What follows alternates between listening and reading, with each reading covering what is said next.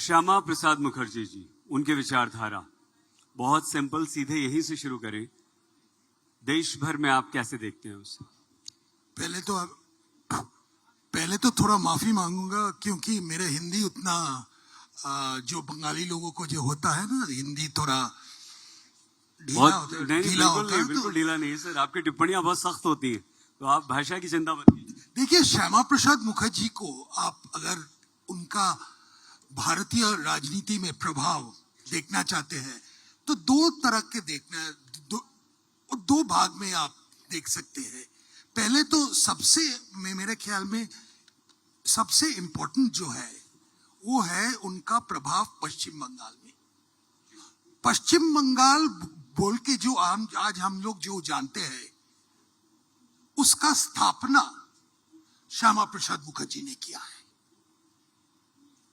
Second जो point है कि आज भारतीय राजनीति में कांग्रेस को विकल्प कोई जब स्थापना जो हुआ है, ये भारतीय जनता पार्टी आजकल हुआ है।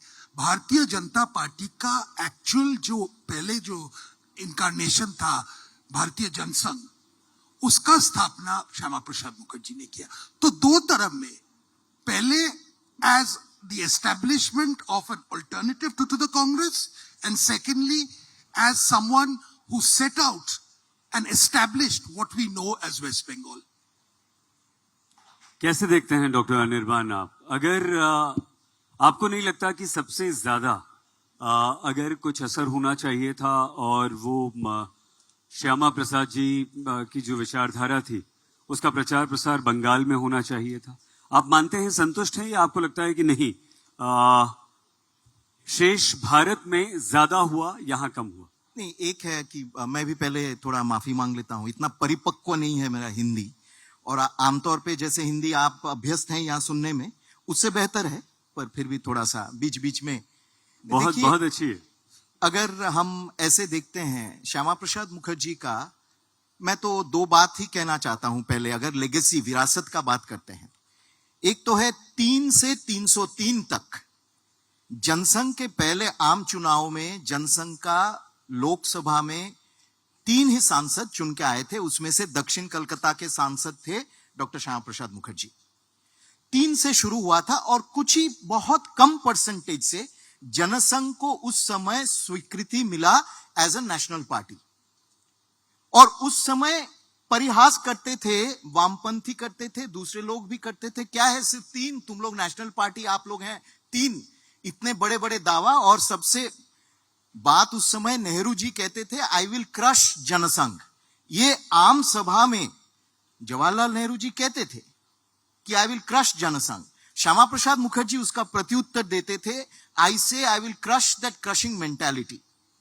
तो अगर एक उनका सबसे लास्टिंग अगर विरासत देखते हैं तो वही है 3 से 303।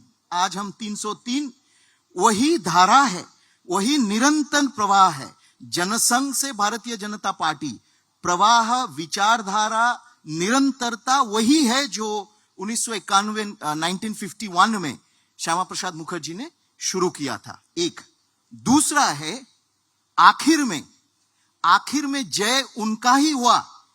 एक भारत एक संविधान, एक राष्ट्र एक संविधान, एक देश एक विधान, आखिर में वो हुआ। तो इसलिए अगर हम भारत के परिप्रेक्ष्य में अगर श्यामा प्रसाद मुखर्जी का आप विरासत के बारे में पूछते हैं तो मेरे सामने पहले कई है, पर मेरे सामने ये पहले 2 अहम बात आते हैं। सही है, पश्चिम बंगाल में उनका विरासत का चर्चा बहुत कम होता था, अभी हो रहा है पिछले कई साल से, और आज जाकर उनके ही वही शुरू किया हुआ जो राजनीतिक धारा था, ऑल्टरनेट, जैसे स्वपनदा ने कहा, a new narrative alternate to the dominant Congress Nehruvian hegemony, वही आज पश्चिम बंगाल में सिंगल लार्जेस्ट ऑपोजिशन पार्टी में है।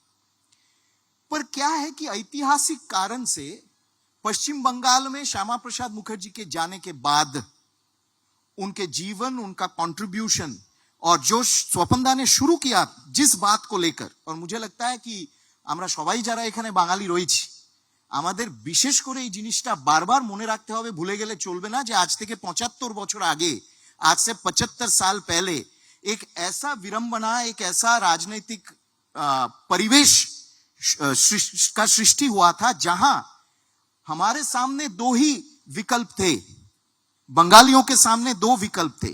एक है अविभाजित बंगाल, बंगाल अविभाजित रहे पर वो पूरा बंगाल पाकिस्तान में चला जाए, ऑप्शन 1।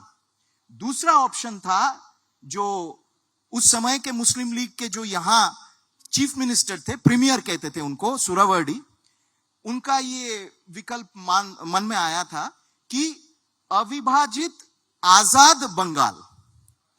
श्यामा प्रसाद मुखर्जी ने उस पर पानी फेर दिया और उन्होंने कहा ना, अगर भारत का विभाजन होता है और अगर कांग्रेस मुस्लिम लीग आपस में तय कर लेते हैं कि पूरा बंगाल को हम पाकिस्तान में देंगे तो उसका विरोधिता हम करेंगे।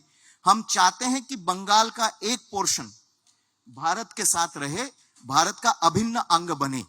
इसलिए उनका विरासत का चर्चा बंगाल में एक समय कई दशकों से बहुत कम हुआ था, क्योंकि वामपंथी जो थे, वामपंथियों ने कहा था कि हम बंगाल का विभाजन नहीं चाहते हैं, हम चाहते हैं बंगाल अविभाजित रहे, पर हम ये जरूर चाहते हैं कि अविभाजित बंगाल पाकिस्तान में चले जाए। इसलिए Shama Prasad Mukherjee was very uncomfortable. His legacy was very uncomfortable for some people, for some thought processes, and therefore there was a sort of concerted attempt to marginalize him and his legacy.